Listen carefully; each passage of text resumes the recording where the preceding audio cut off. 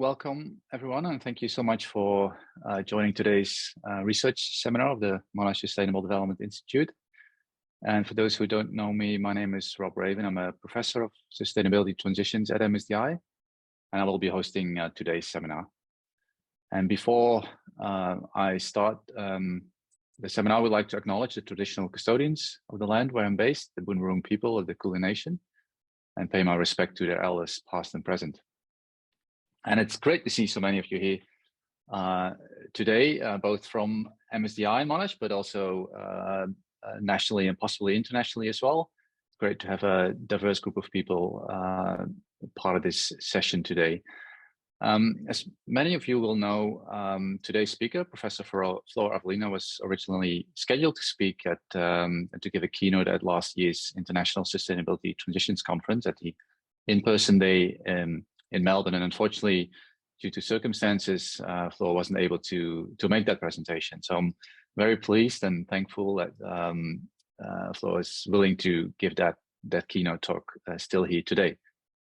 Flor was recently appointed as a new professor of organizations and sustainability at the Copernicus Institute of Sustainable Development at Utrecht University. That happens to be also my former home, and it's a great place to be. And before she joined Utrecht University, Flor has spent many years at the Dutch Research Institute of Transitions, also called DRIFT, in Rotterdam, which arguably is one of the leading organizations in our field of research, and has been very impact focused as well, which resonates a lot with many of our university's ambitions, including Monash University with its Impact 2030 agenda.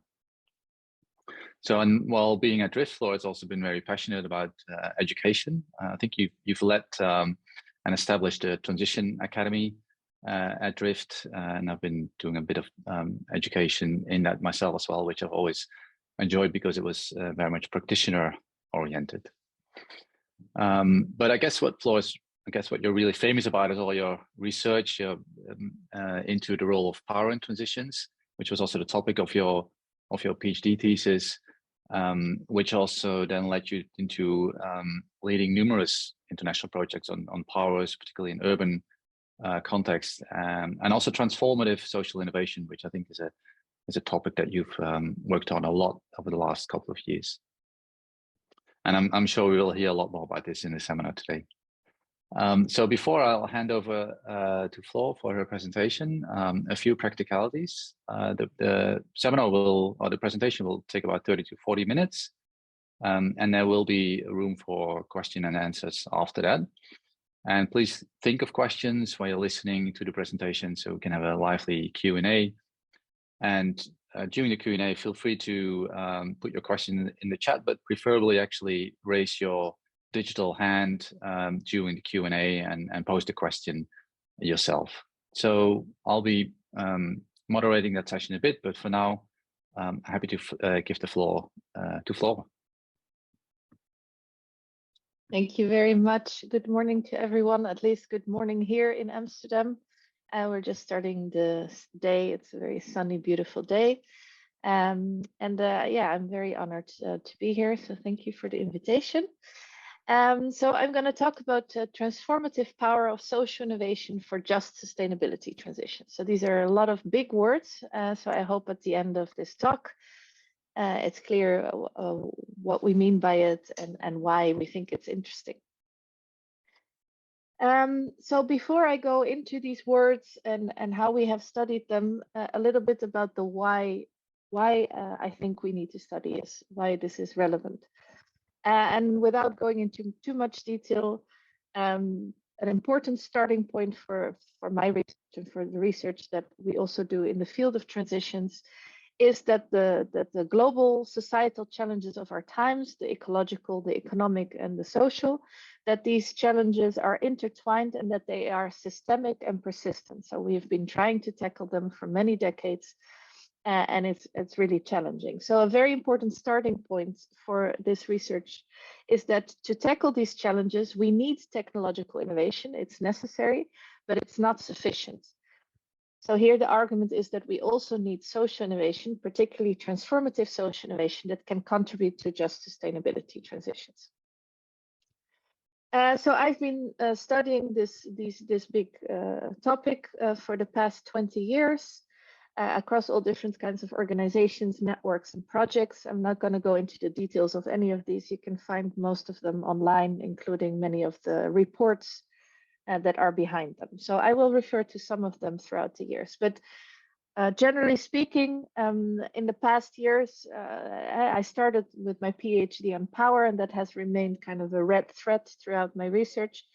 But then in the past 10 years, I have focused specifically on social innovation and the kind of the social and political aspects of transitions. And then really in recent years, more and more focus on the issue of justice. And as Rob mentioned, now I'm at Utrecht University at the Copernicus Institute for Sustainable Development, where my aim is to really develop and further develop, because there's already a lot of researchers doing this, further develop this research on organizing and innovating for just sustainability transitions. So for today, I wanted to say something about what do we mean with just sustainability transitions, transformative social innovation, and then go into the power dynamics of it all. I have a lot of slides with a lot of pictures. I go quite fast, but I will share the slides on Twitter, LinkedIn, and with Rob. So if it goes too fast in terms of wanting to take a screenshot of the slide or whatever, don't worry, you will get them. All right, so let's dive into it. Just sustainability transitions. What do we mean by that? So for those of you who are not so familiar with the field of sustainability transitions, generally speaking, defined as a long-term process of 1 to 2 generations, 20 to 50 years, radical and structural change in culture, structure, and practices at the level of societal systems. And when we're talking about a sustainability transition, we're talking about this kind of transformative process of radical transformation towards a more sustainable society. And even if we cannot agree what sustainability should look like exactly, what we can agree is that the current problems are unsustainable, that the current systems are unsustainable, and that we need transitions to get out of them. Now, the field of sustainability transitions is very broad with many different interesting models, where Rob Rave has also been a very important intellectual leader. With many different kind of conceptual frameworks, and I'm not going to go into the details of those. But I think one of the most important commonalities is this idea that it's not enough to have innovation or niches, as we call it. You can have 1,000 niches and innovations, but in order for those to have transformative impact, you also need to have change in the structural context, which we then call regimes. And from this, it follows that it's not enough to just build up new things, but it's also necessary to phase out and destabilize current unsustainable practices and structures. Now, in theory, the concept of justice was always part of the concept of sustainable development, right? So if we look at sustainable development in a kind of a holistic sense, it's about the kind of social, economic, and environmental developments. And this idea of justice, or at least equality and inequality, was very much part of that. So in theory, the starting point is that a transition which leaves socioeconomic inequalities intact cannot be called sustainable. However, we do see that in recent years, more and more, the concept of sustainability has started to be really associated with the ecological dimension of sustainability, and that we now have certain blind spots for these issues of justice and injustice, including matters such as inequality, exclusion, and exploitation. So you see that there is really kind of a gap there, not just in the academic discourse, but also in the kind of the public discourses that use these transition concepts. So in recent years, you see that there is more and more attention for this, even though it's still quite small. There is an increasing attention for this by, for instance, Mark Svilling and others. And this is also something that I'm increasingly working on. We have recently written a report for the European Environment Agency about how to conceptualize justice in the context of sustainability transitions. So this report will be out at the end of this year, beginning of next year. So just for one of the things we can really learn from environmental justice is that here we're talking about something that is broader than just looking at the social aspects or inclusivity, equality, and equity. When we're talking about justice, we're talking about much more systemic things, where it's about the distribution of material resources and services, but also procedural justice, right? Who is taking decisions and to what extent is this participatory and democratic, but also very much recognition justice. So recognizing the historical context, values and identities. And there are many other dimensions of justice: planetary, cosmopolitan, epistemic, hermeneutic. So you have a lot of different kinds of justice, and there's a lot of discussion around that. And it's important to realize that even though ideally we would want all of these kind of justices and also kind of the ecological dimensions, there are tensions across different kinds of justice and between the more ecological aspects and the more socioeconomic dimensions. So the most obvious one is, of course, the tensions between the rapid and bold sustainability action that we need on the one hand, and the kind of, because it's very time sensitive, the climate crisis, but then also the time that we need to take for procedural justice to really get everybody involved. So this is a very interesting work on transition tensions. And so far, this sounds all very abstract, but it actually, I would say that justice and these tensions between different dimensions of justice have very practical implications. What you see here is an example of the High Line in New York, which is this beautiful project where an old train rails was transformed into this kind of urban garden, and it's a beautiful urban example of urban greening with a lot of attention for kind of ecological diversity, combined with art and very interesting architecture. So it's a very successful project that gets like millions of visitors every year. But it has also tragically become one of the main examples of so-called green gentrification, where you see that through the success of this project, amongst others, the kind of the prices of the real estate around this initiative has risen drastically and has really pushed out local entrepreneurs and residents. And this has led the actual founder of the High Line, Robert Hammond, he himself argued, you know, we were from the community, we wanted to do it for the neighborhood, but ultimately we failed. So I think this is quite tragic because it's such a successful project, and at the same time, he argued that they failed. So these are the kind of discussions around the tensions of sustainability initiatives and the impacts that they have. So we really want to learn from these discussions in environmental justice to think about just sustainability transitions. And of course, we can talk a lot about this, but building on the literature, we have a working definition of this concept that it's about processes of transformative change that aim to enable quality of life of present and future generations within ecological boundaries, enable them not only to survive, but also to thrive and flourish, and, very important, eliminate injustices that are triggered or exacerbated by unsustainability and its underlying causes. So this is obviously a mouthful, and here, obviously, the starting point is this is the kind of the desired directionality, but the process towards that is filled with politics and power struggles and a lot of tensions and dilemmas. And the perspective that I and many colleagues take to look at this just sustainability transitions is to look at it from a so-called translocal transformative power perspective. So looking at power relations, but also looking at innovation. So not just looking at the struggles or the power struggles in terms of the structural and political context, but also really looking at innovation initiatives and how they are trying to contribute. And then also looking at translocal empowerment, how these kind of initiatives connect to each other. So I will introduce some of these concepts from now on. All right, so transformative social innovation. What do we mean by it? To start with this concept of social innovation, again, there's a whole field around social innovation with many different definitions. We build on a combination of definitions, and we define social innovations as sets of ideas, objects, and activities that include changing social relations, involving new ways of doing, new ways of thinking, and new ways of organizing.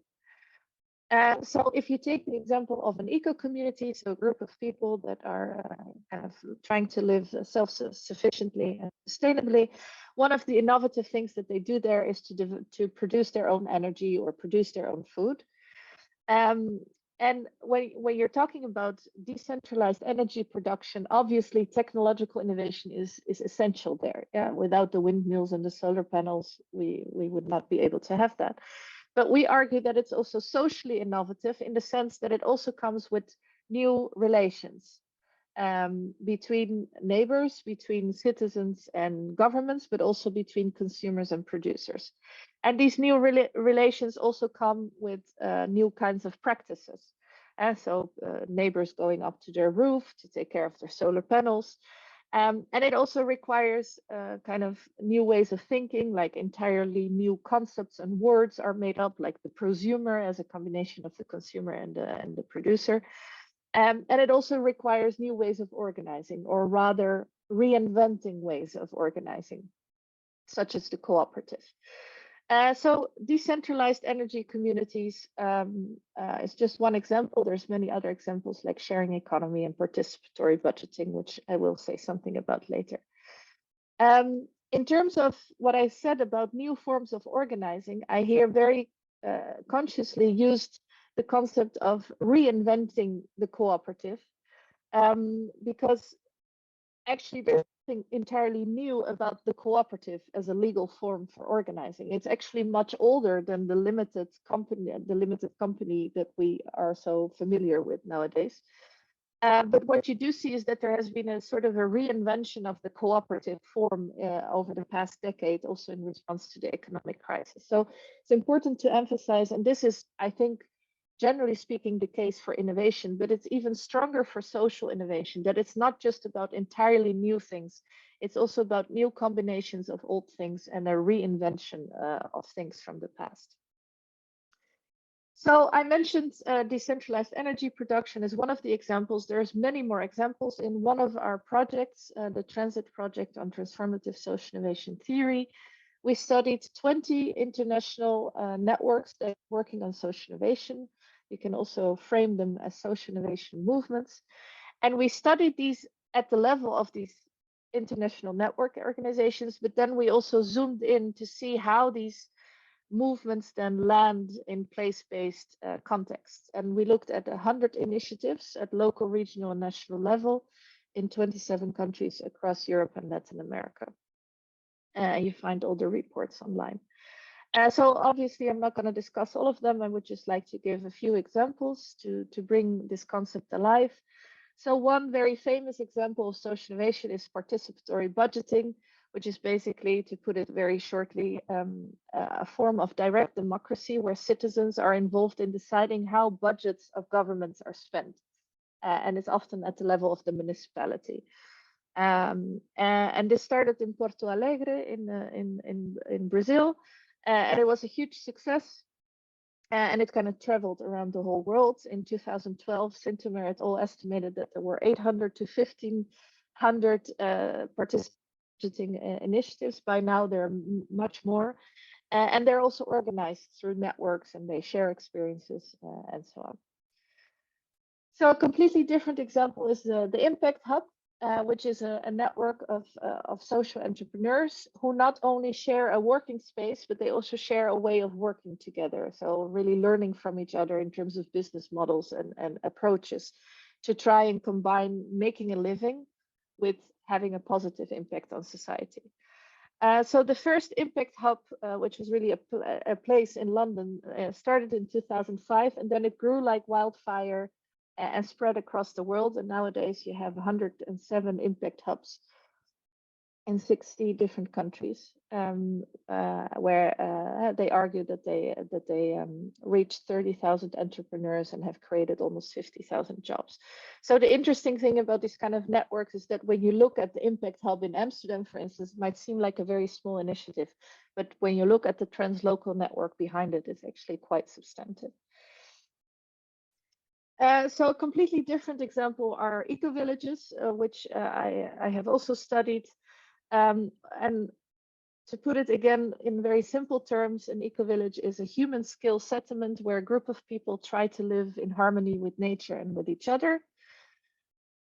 And what eco-villages are known for is for being front runners, entrepreneurs, kind of leaders in setting up, for instance, organic agriculture. So way before we could all buy organic agriculture in the supermarkets in many places now, eco-villages were already doing this. So another thing that they are known for is experimenting with the ecological construction of houses. Here you see Vindhorn Eco-Village, where they transformed a whiskey barrel into a house. And another thing that eco-villages are known for is for experimenting with also, besides the kind of the low-tech experimentation and innovation and the more ecological issues, also really experimenting with political and decision-making innovation in that sense. Because when you live together in a community, it's really challenging how to take decisions. Like obviously formal democracy, where you just have a formal voting is not enough, but full consensus also doesn't work. So they experiment with all sorts of alternatives, non-violent communication, and so forth. So in this project, we studied 5 eco-villages in Europe, and then we also looked at the European eco-village network and the global eco-village network and saw how that operated. One of the eco-villages that I also really studied myself through also ethnography is Tamera Eco-Village in Portugal. And one of the things that they are famous for is their so-called permaculture water retention landscapes, where they use natural techniques to create 7 human-made lakes, but with natural techniques. And the interesting thing is that they transformed this kind of very dry area in Portugal, in Alentejo, into this kind of lush green area. So even though it's extremely small initiative, or it's like 200 people living there, it's quite radical. People from all over the world visit them to this in terms of climate adaptation technologies to see, or approaches to see if we can learn from that for across the world. So you really see this experimentation and in place. And other things they are known for is organic agriculture. They built the first straw bale house in Portugal, which is an interesting alternative way of constructing houses. And they experiment a lot with low-tech technological innovation. On the left bottom here, you see the solar cooker, which catches sunlight. So one of the ladies that I interviewed made me coffee on the solar cooker. And then besides all that kind of more social, material, technological, ecological work, they do also a lot of work more on how human beings relate to each other and to nature, also working a lot of spirituality. Not all eco-villages do that, but many of them do, and Tamera is one of them. So Tamera is just one example. There's thousands of eco-villages around the world, and they are organized in the global eco-village network, and they have different departments on different continents. And what is really interesting about this network and this movement is that the way that they share information and knowledge, but not just with each other within the network, they also really reach out, like they collaborate with the United Nations to see how they can develop courses where people can then use eco-villages as sites to get inspired. Another thing that was very interesting is that they were already using Zoom and organizing online events way before all of us had to because of the COVID pandemic, but they were already doing this. So I already had Zoom because I was interviewing eco-village people when the Corona pandemic hit. So they were kind of ironically ahead, because a lot of people think of eco-villages as, kind of back to nature and not wanting to use technology, but ironically, they were quite ahead. And then they also collaborate. For instance, they set up the Ecolise, the European Network for Community-Led Initiatives on Climate Change and Sustainability, together with other grassroots initiatives like transition towns and permaculture. So they collaborate with other grassroots initiatives and the European Union to see and how they can collaborate, and how government and these kind of grassroots movements can collaborate, and also to reach more people, not just those that live in eco-villages, but also to really see how they can reach out to more mainstream contexts. All right, so those were a few examples of transformative social innovation, and there's a lot of differences amongst them, but there are also some interesting commonalities. So one of the things that we've done is to also put representatives of these networks together and see, what are some of the differences, but also the commonalities. And we wrote a whole manifesto on transformative social innovation where we really have an overview of the most important principles and commonalities. So just to mention, one of the main commonalities is this idea of translocal empowerment, because what you see in these networks is that they are very locally embedded. They're radically local and localized, and often quite also small in the local context. But at the same time, they are also this translocally connected. And it's this particular combination of the local and the global that makes it empowering.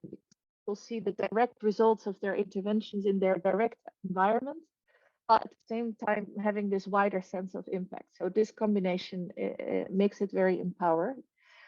So we have also studied this from the perspective of social psychology. Having said that, this is all very nice, but the question still remains, to what extent are these initiatives transformative, right? To what extent are they really changing systems? So this is why we're interested in understanding how and to what extent can such initiatives be transformative. And we argue that they are transformative to the extent that they challenge, alter, and or replace the dominant structures and power relations that underlie societal challenges. So if we go back to this example of decentralized community energy, it's socially innovative, it's technologically innovative, but we would argue it's only transformative to the extent that it also really challenges, alters, and replaces the structures in the underlying energy system, which is centralized, fossil fuel based, and utterly polluting.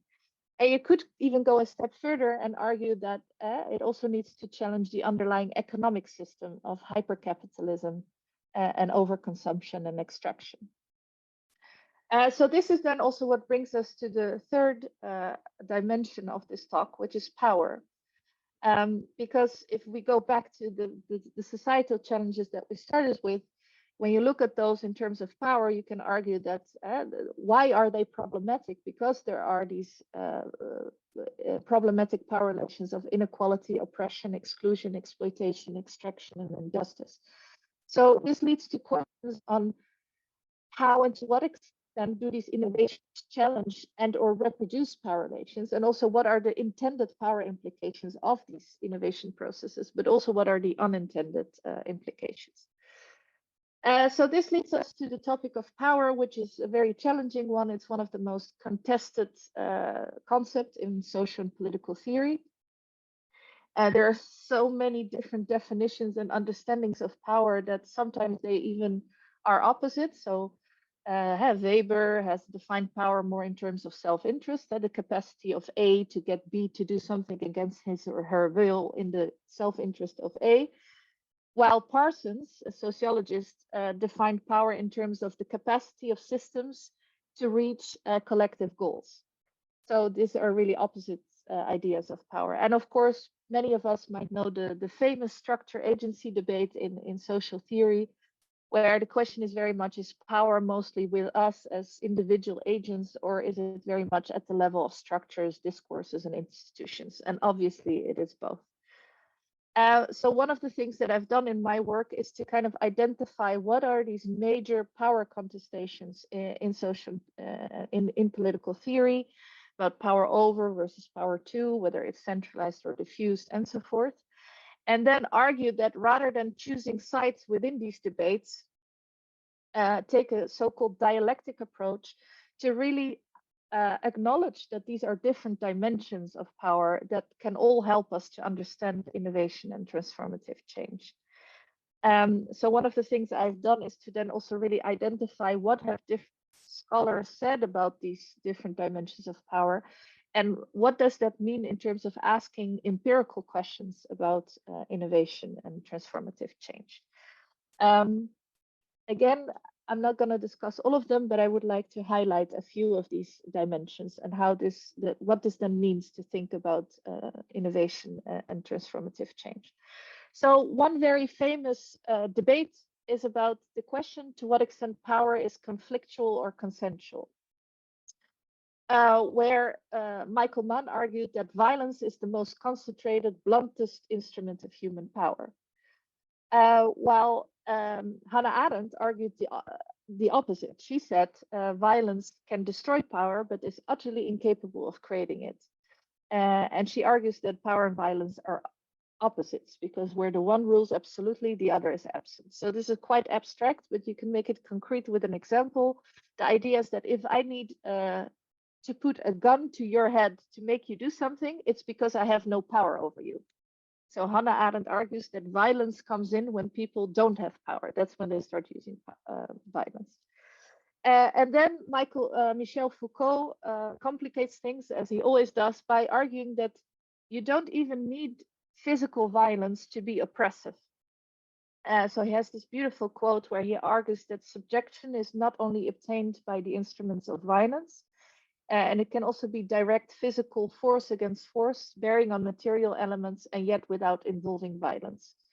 It may be calculated, organized, technically thought out. It may be subtle, make use neither of weapons nor of terror, and yet remain a physical order. So basically, Foucault really explains how kind of our physical infrastructures and also our cultures are really kind of exercising power over us. Now, we can endlessly discuss which of these power theories is right, and we as political theorists love to do that. But much more interesting is to think, well, what can we learn from all three of them? To think, for instance, about energy transitions. And here in the energy system, we see Foucauldian power in its full glory, right? Not just in the physical infrastructure, but also in our kind of lifestyle and in our culture, where we have become so accustomed to the use of energy and take it so much for granted that this kind of system and this culture is exercising power over us and is holding us in its grip, and it's very difficult to get out of. So this is really an example of structure of Foucauldian power. But when we look at energy, we also see Hannah Arendt's power defined as the capacity of people to act in concert. So people coming together, producing energy according to their own values, mobilizing resources to produce renewable energy. We also see that. And unfortunately, we also see power as violence in Michael Mann's perspective, where we see that the energy system is one of the most violent ones in terms of being directly related to geopolitical tensions, wars, but also confrontations. What you see here is the Dakota Access Pipeline Resistance Camp in 2016, where there was a very violent confrontation between the indigenous protesters and the police. What you see here at the bottom is one of the women of that protest that was tear gassed. But then on the left bottom, I also put something hopeful, which are the tiny house warriors, where you see that this kind of tiny house movement, which is often seen as this kind of more middle class movement, but this movement came together with the indigenous protest movement to kind of use these tiny houses to claim that they actually live there. So there was a whole idea of using this tiny house warriors, tiny houses to really kind of claim the land, because the argument is always nobody lives there, but to say, no, we are living here. And so this is kind of an hopeful example of social innovation in a very kind of contested, politicized context. So again, we can endlessly discuss which of these perspectives on power is right. Obviously, they are all out there. So another contestation that I would like to shortly discuss is this big debate about to what extent power is centralized or diffused. And to here really summarize a big power debate in a few sentences, it started with Dahl. This debate started with Dahl arguing, nowadays, power like an emperor used to have it, or a king back in the days, that's not the case anymore. Nowadays, we have gone beyond the ruling elites because we have democracies, right? So now we have in most countries democratic decision making. So we don't have power anymore. And then Baghdad and Barat said, yeah, but wait a minute, there is still the power of agenda setting. So there is still an elite that decides what is on the agenda. So this is the second phase of power.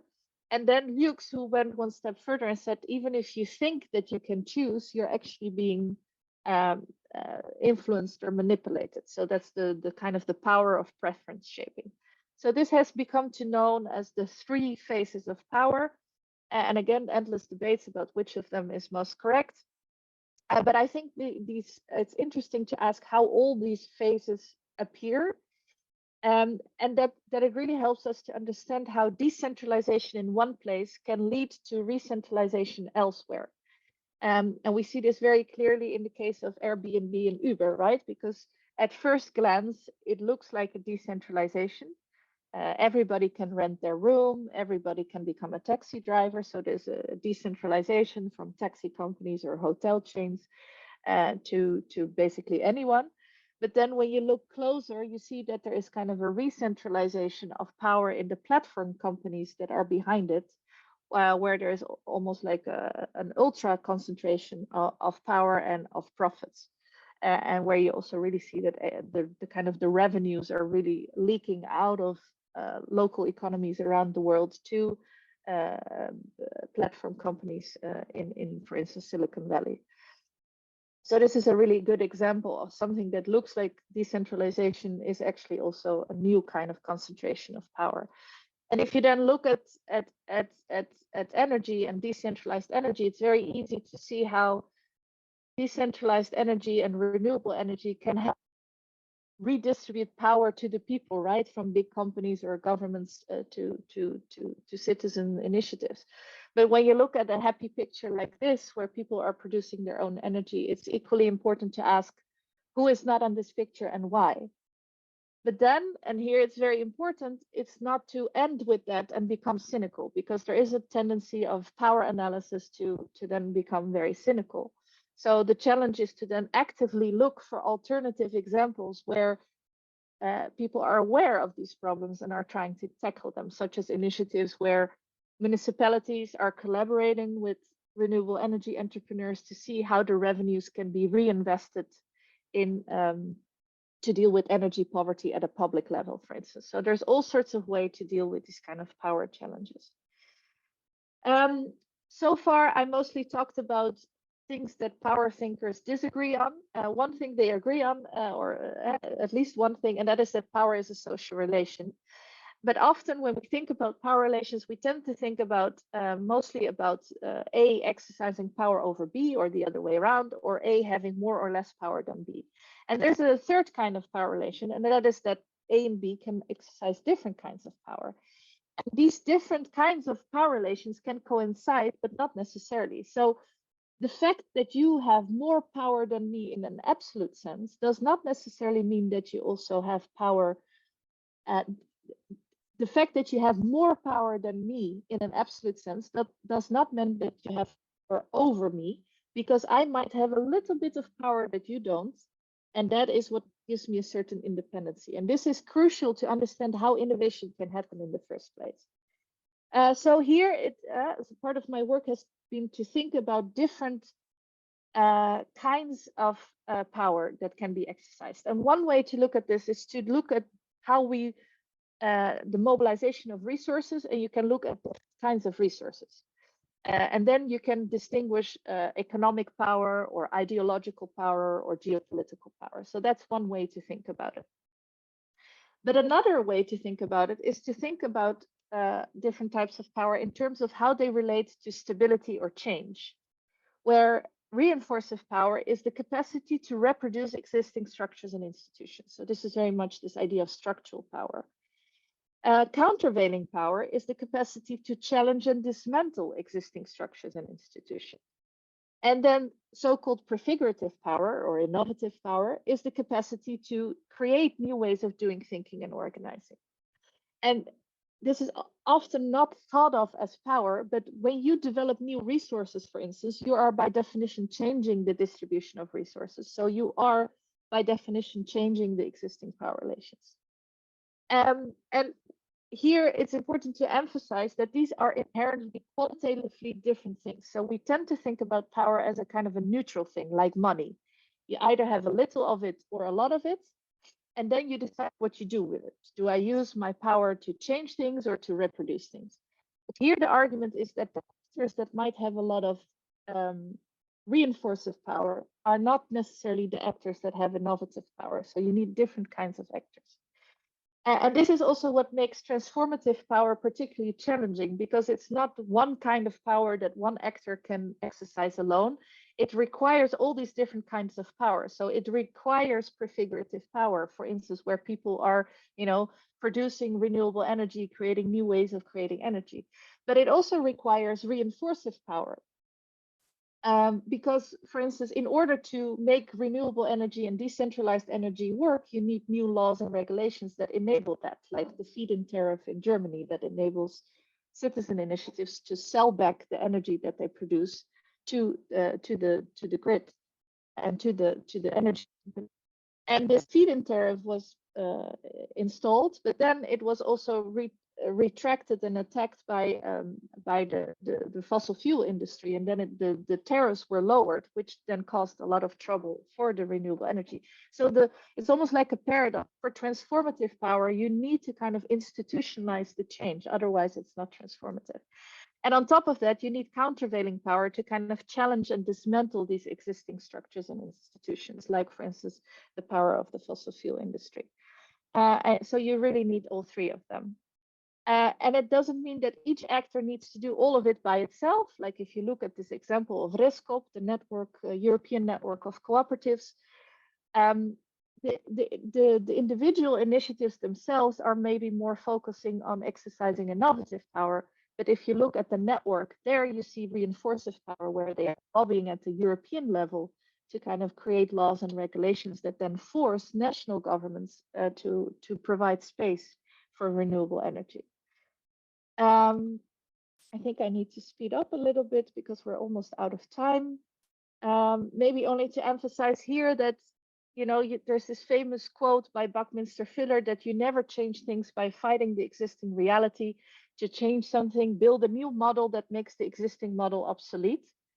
And to a certain extent, this is a beautiful quote that I agree with, but I think we kind of nuance it by saying you never change things by only fighting the existing reality. You also need to build a new model, but you need all of them. You also need the fighting, the protesting, and the destabilization.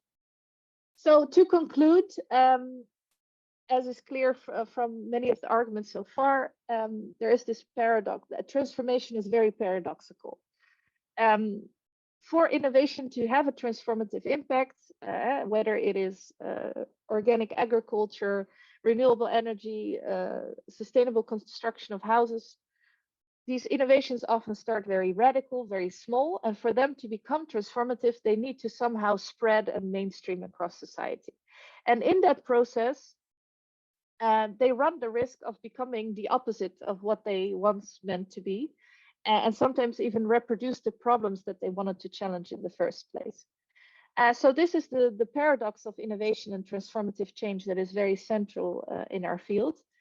And a kind of an ongoing research question that around this is, how can social innovations be mainstreamed and gain power, but also maintain or even strengthen their transformative potentials? It's kind of the big research question.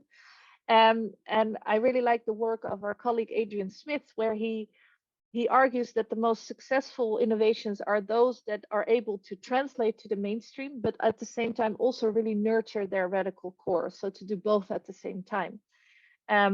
Where my other colleague Bono Pell argues that these initiatives need to be prepared for so-called innovation capture, which we often see as something negative, but he says, well, that's also part of the point. You want to be captured by the system, but you need to kind of have this Trojan horse tactic where you become part of the system, but you then change it from within.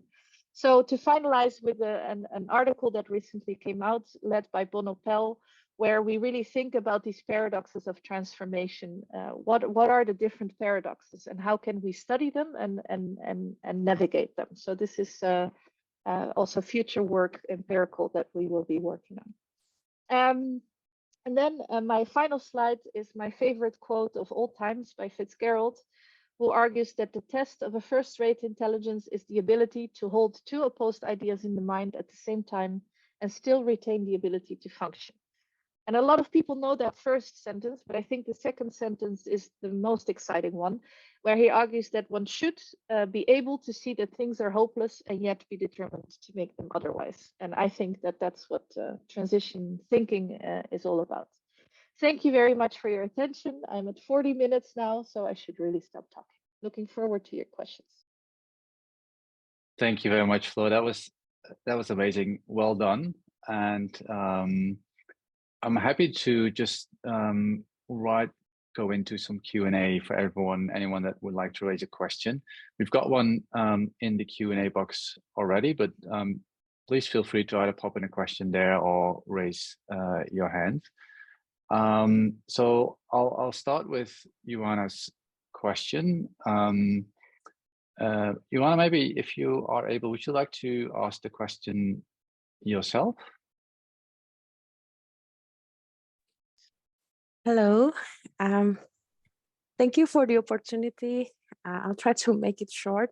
So my question is about the relations between the cooperative and also the digital platform innovations. I think I would like to know, how do you view these digital platform innovations in influencing the new way of cooperative? Because I think in the context of Indonesia, for example, cooperative has been a very long traditions organizations, but it's not really popular in Indonesia, and the level of pessimism toward cooperative organization is very high here in Indonesia. So how do you think this digital platform will somehow upscaling or mainstreaming a cooperative way? Thank you. Yeah, thank you. So I don't see myself as a very cynical person, but I remember being very excited about the digital transition, right? And really thinking how this is going to empower and really help, because these grassroots networks like can find each other, and then also the platform economy and the sharing economy. It was like very exciting. And then to see how it turns out in kind of platform capitalism, that was kind of really I was really distressed by it. And then when I discovered platform cooperativism, I was like, okay, there is hope.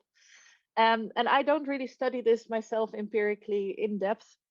There's a lot of research going on also by Damien Bunders at the Erasmus School of Management with Tine de Moor, where they're really looking at platform cooperatives. And from what I've heard there, it's really challenging, and because it's really difficult to compete with these bigger companies. So there is hope, but it's also really challenging to get the kind of the cooperative approach in there. But I think, it's a matter of keeping trying and keep trying and sharing experiences across the world. Yeah, that's all I can say. Thank you, Flor. And Thank you, Joanna. I advise you to look at this research by Damien Bunders, who really studied platform cooperatives and the struggles they go through. Yeah. Thank you. Well noted. Darren, you got your hand up? Yeah, thanks, Rob. Thanks so much, Flor. I've been enjoying your work and been influenced by it for a number of years, and actually used transformative social innovation theory in my PhD a few years ago to look at the sharing economy, and did a comparative analysis of shareable sharing cities network and Airbnb's home sharing clubs. And I guess I was interested in your views on a particular aspect of transformative social innovation related to dynamics of transformation and capture, which I think speaks to some of the paradoxes that you alluded to towards the end of your presentation today.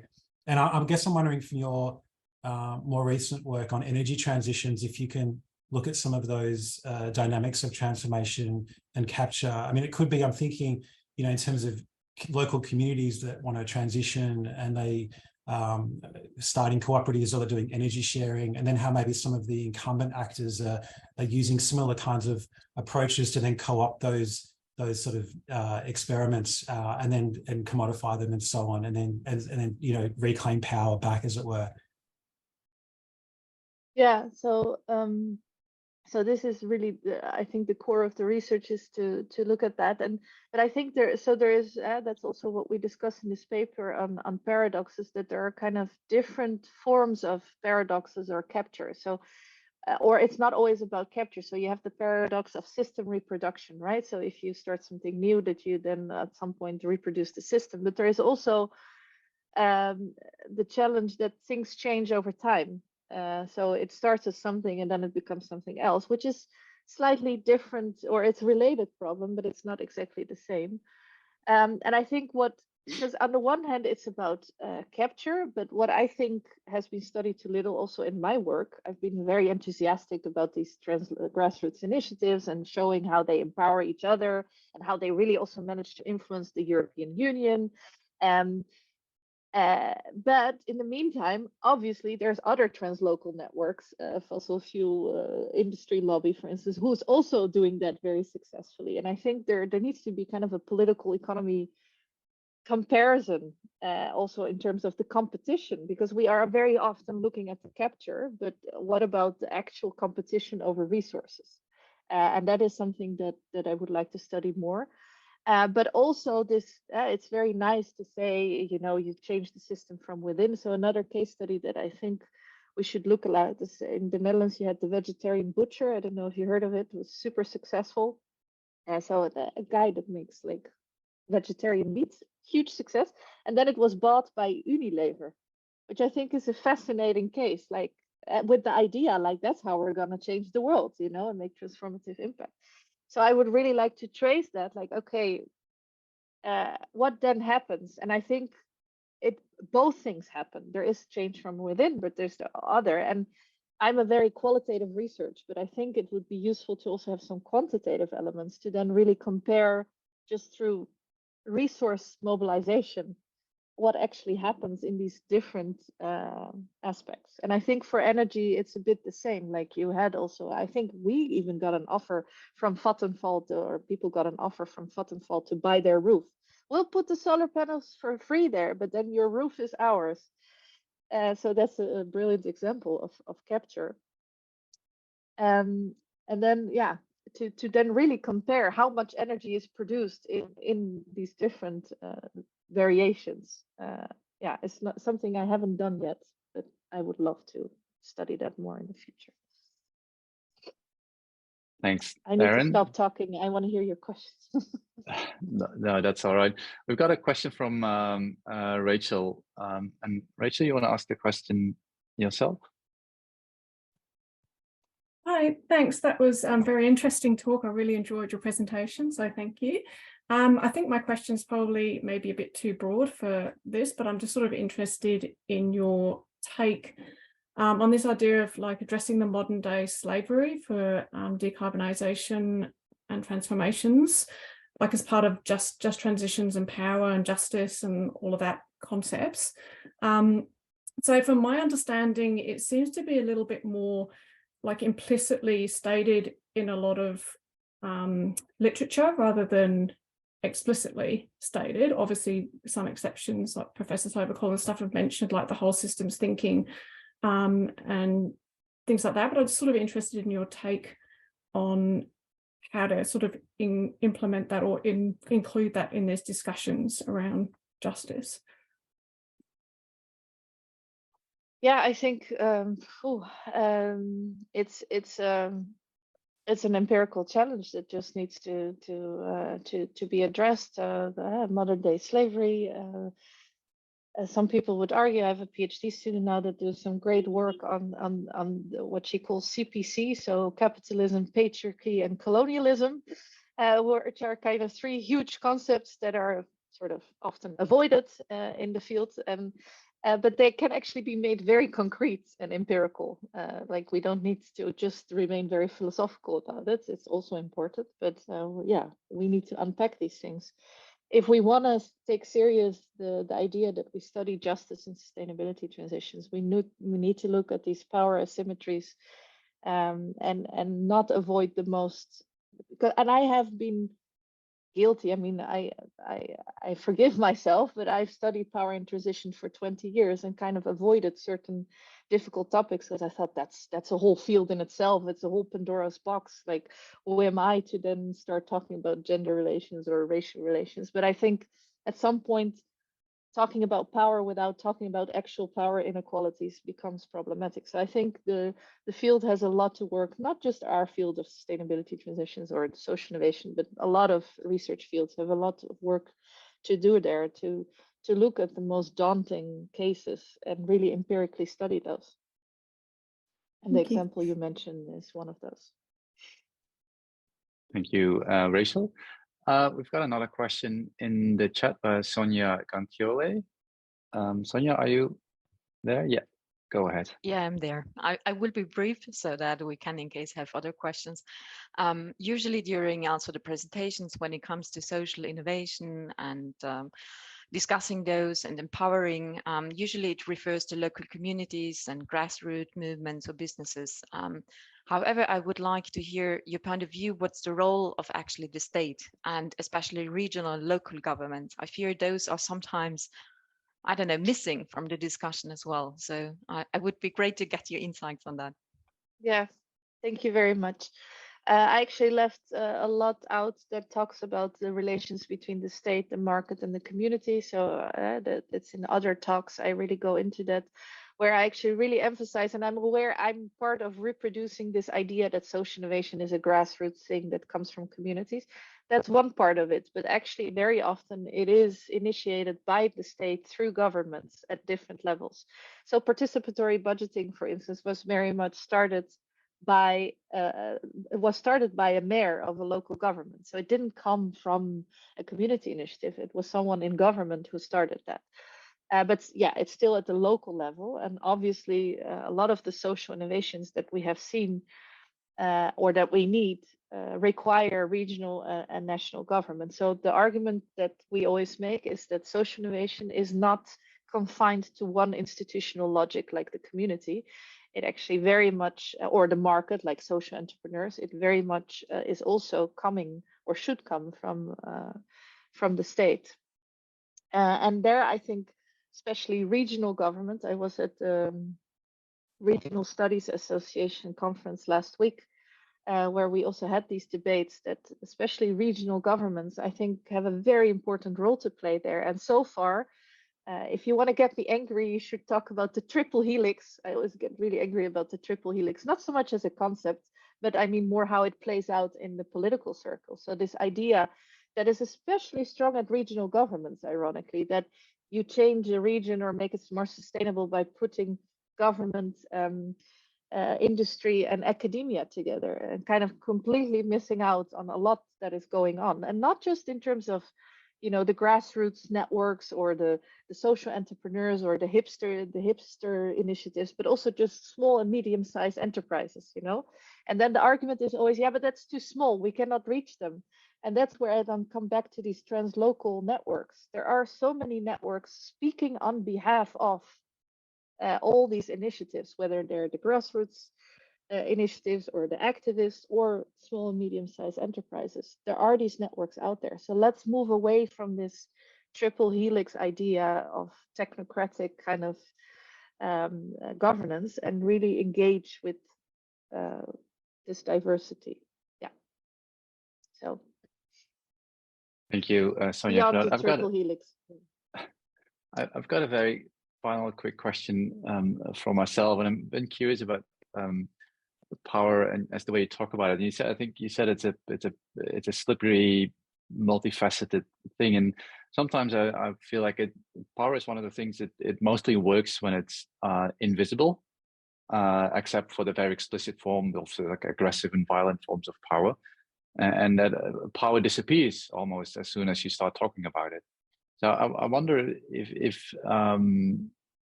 you could use this, if you actually are using this in your interactions with, you know, in all the impact-oriented and practitioner-oriented work that you've done, if you start talking about power, is it actually a way of making it disappear, or and therefore do new things?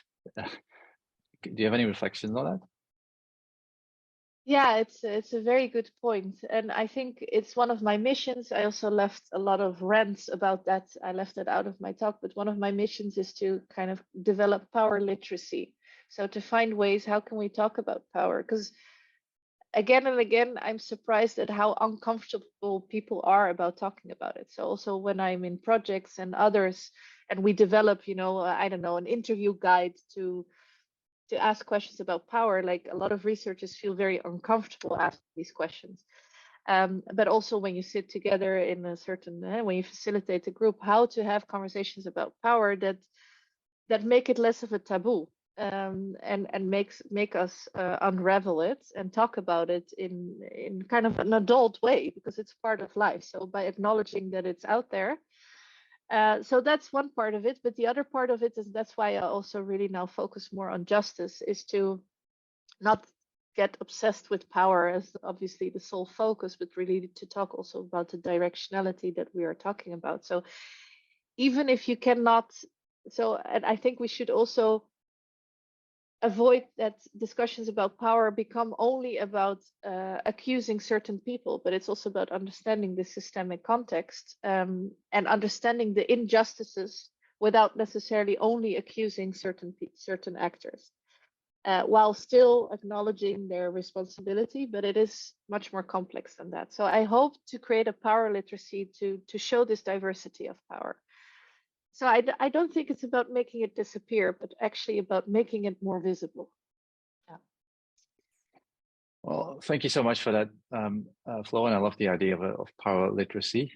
I think we'll have reached the end of this seminar, and I just want to thank you again for your excellent lecture. And people probably are not aware that you've been doing this lecture from the bedroom of your daughter. You cannot really tell from the background that you have there, but you were managing your family life while you're doing this lecture. So well done. Thank you again for joining us today, and thanks everyone else also for your participation in this seminar. Thank you very much for listening. Bye. Bye everyone.